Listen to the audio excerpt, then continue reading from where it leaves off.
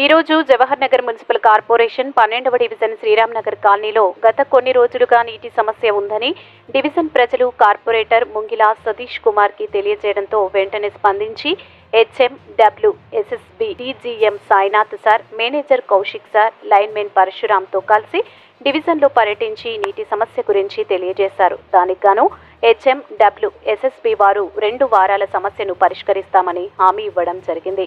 ఈ కార్యక్రమంలో డివిజన్ ప్రజలు లక్ష్మీ యాదవ్, విజయ, పద్మ, రాధిక, అనిత, కృష్ణ, రమేష్ గౌడ్, సత్యనారాయణ, సంపత్ యాదవ్, వెంకట్చారి, మీనా, బాబు తదితరులు పాల్గొనడం జరిగింది.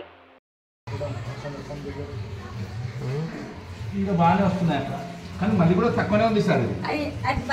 కొట్టాలి సార్.